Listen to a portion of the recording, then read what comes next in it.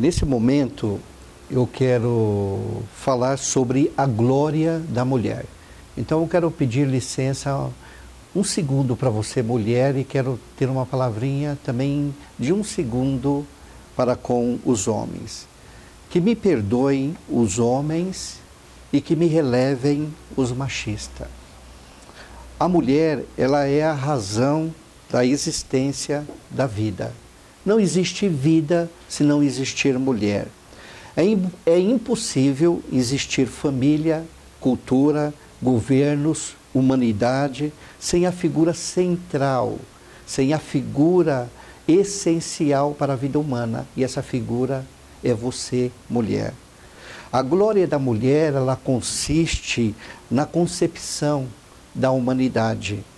E ela pode gerar, e quando ela gera, ela adota um poder de autoridade, de agregar e de estabelecer o fundamento da vida e da humanidade. A mulher, ela tem uma glória, que essa glória só diz respeito a ela, que é a glória da idoneidade. Essa glória coloca ela numa posição de beleza, de proteção, de grandeza, e ela é exaltada dentro de um contexto espiritual.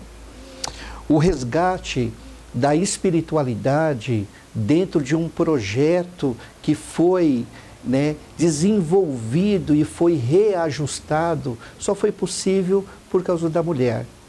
Quando o primeiro homem, o Adão, desobedeceu, fez o que não era para ser feito e que entregou a humanidade, que entregou a concepção da vida dos seres humanos na mão do mal, o próprio Deus, o próprio Criador, dentro da sua divindade, lá estava o Filho, lá estava o Espírito Santo, disse que o mal iria ser sucumbido, esmagado, descredenciado, aniquilado pela figura da mulher. Porque nesta grandeza e nessa concepção nasceria uma semente dentro desse ventre que esmagaria definitivamente a cabeça do maligno. Portanto, a mulher, ela é fantástica. A mulher, ela é grande em todos os seus atos e os seus feitos. Mas, infelizmente, ela não tem compreendido o propósito, a grandeza e a leveza da sua vida e a contribuição que possa ser dado numa sociedade tão pervertida e tão mal que é essa sociedade que nós estamos vivendo. A glória da mulher, ela também tem sido comprometida pela dimensão do mal e estendida pelos homens. Por causa dessas maldades, as mulheres passaram a competir entre si. Se vocês repararem, você, mulher, você não se veste para o homem, você não se veste para o filho, você não se produz para o modelo diferente, você se produz e muitas vezes você se veste para a mulher, para competir, porque é ela que vai avaliar e vai dar o feedback ou talvez o posicionamento final a respeito do seu comportamento. Eu lembro que um determinado dia eu estava vindo aqui para o consultório e quando eu cheguei no consultório, eu comecei a analisar algo que eu vi e eu achei muito interessante. Vinha subindo na avenida um casal de mão dadas e eles estavam fazendo uma caminhada.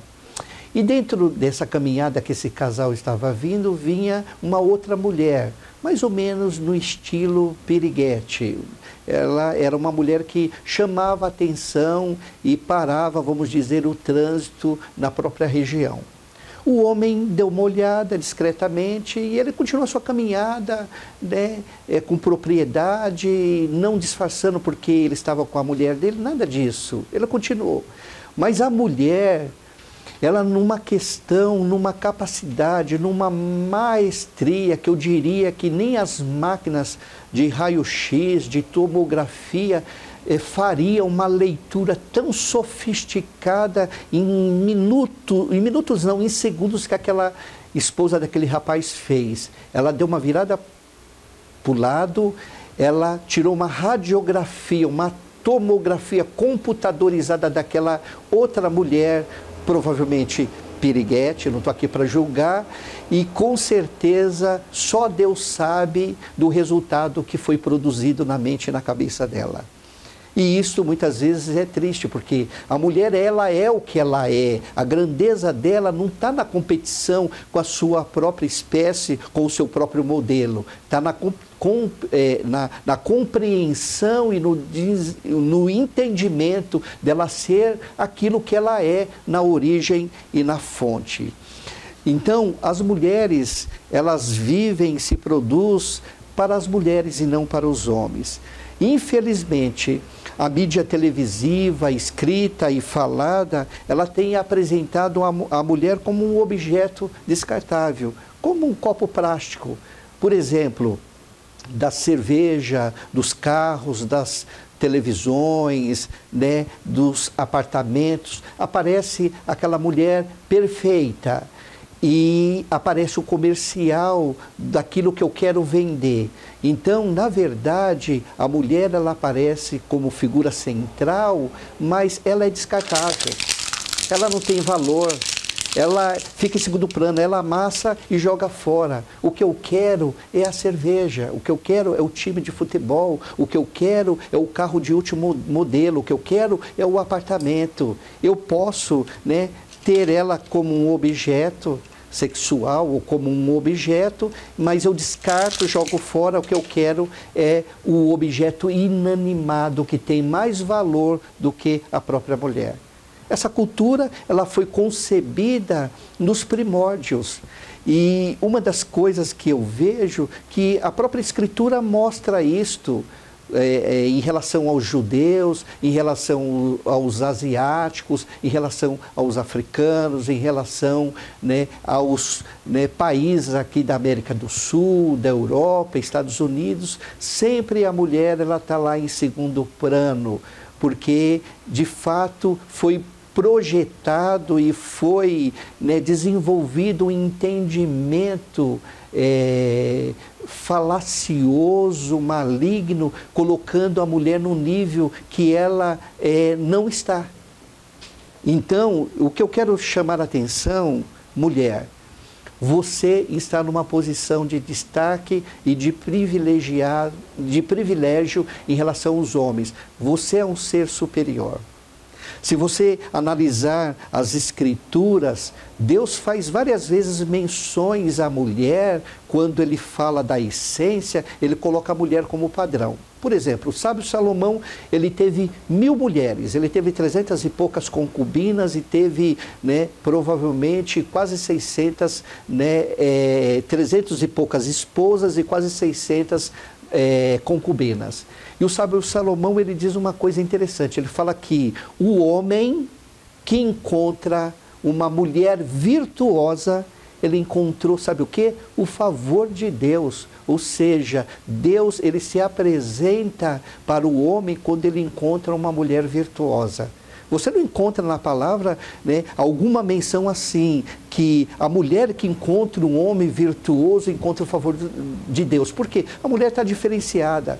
O próprio profeta Isaías, ele também fala uma coisa interessante. Quando ele mostra o amor de Deus, ele pega a figura da mulher. Ele fala assim: pode uma mulher que tanto ama o seu filho, e ele coloca essa condicional, ela pode esquecer do seu filho? Eu diria não.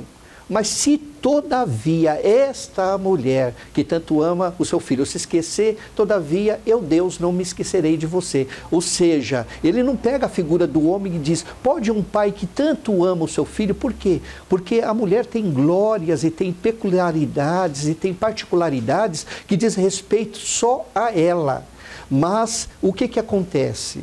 Acontece que aquele que foi esmagado a sua cabeça, que foi praticamente humilhado, exposto ao ridículo no mundo espiritual, que foi o maligno, o que ele fez? Ele simplesmente, ele começou a odiar a humanidade, porque ele queria essa posição que ele queria galgar, estabelecer o reino dele, o trono dele ao lado do norte e ser semelhante ao Altíssimo. E ele não conseguiu. E aí, quando ele conseguiu, de alguma maneira, estar, né, por cima da humanidade, quando ele usurpou um poder, né, uma preeminência, né, um direito legal e legítimo dado para o homem, criado à semelhança e imagem de Deus, quando ele usurpou, quem tirou esse poder da mão dele foi a semente da mulher, através do Filho de Deus. Só ela poderia fazer isso, sabe por quê? Porque a concepção do resgate não poderia ser fora da história. A concepção do resgate tinha que sair de dentro da história. Então, um homem que não teve personalidade, porque ele foi criado um ser já adulto, a personalidade ele recebeu da sua origem, da sua fonte espiritual. Agora, um segundo Adão deveria vir e veio na semente de uma mulher, entrando dentro das entranhas da história desta mulher, dessa beleza, dessa grandeza que foi a Virgem Maria, trazendo agora a concepção e o resgate dessa grandeza e desse poder chamado mulher e chamado vida. Por isso eu quero dizer para você, mulher, você é virtuosa, você é amada, você é a excelência da vida. A vida não tem sentido sem você. Não permita que a ideologia, que a religião, que a filosofia, que as relações interpessoais, culturais, regionais, sociais, familiares, digam o seu valor e te dá uma posição para você se colocar. O que muitas vezes me entristece é que muitas vezes o valor da mulher está no tamanho avantajado dos seios que ela tem, ou talvez das nádegas, ou talvez da sua beleza externa, mas a mulher, por se competir entre si, muitas vezes mulheres que não têm os seus seios avantajados, que não têm a sua beleza, muitas vezes elas são colocadas de lado, mesmo elas tendo a excelência da arte da música, da arte do teatro, da arte da poesia, da arte da soberania, do desenvolvimento, da capacidade cognitiva, das relações profissionais, não importa de que área seja. E aí a mulher, por se competir entre si, ela coloca a bunda em primeiro lugar, o seio em primeiro lugar e mostra, essa é a minha grandeza. Por isso que, na maioria das vezes, ela é descartada e jogada. Por quê? Porque a beleza, a grandeza, a leveza, ela não está na aparência, mas está no interior. É o que você de fato é, grande, bela, você nasceu para vencer, você já venceu todas as batalhas, a vida tem que passar pelo seu crivo. Não existe vida se não passar pela sua grandeza, pela sua glória, pela sua idoneidade, a sua capacidade idônea de administrar a vida e o ser.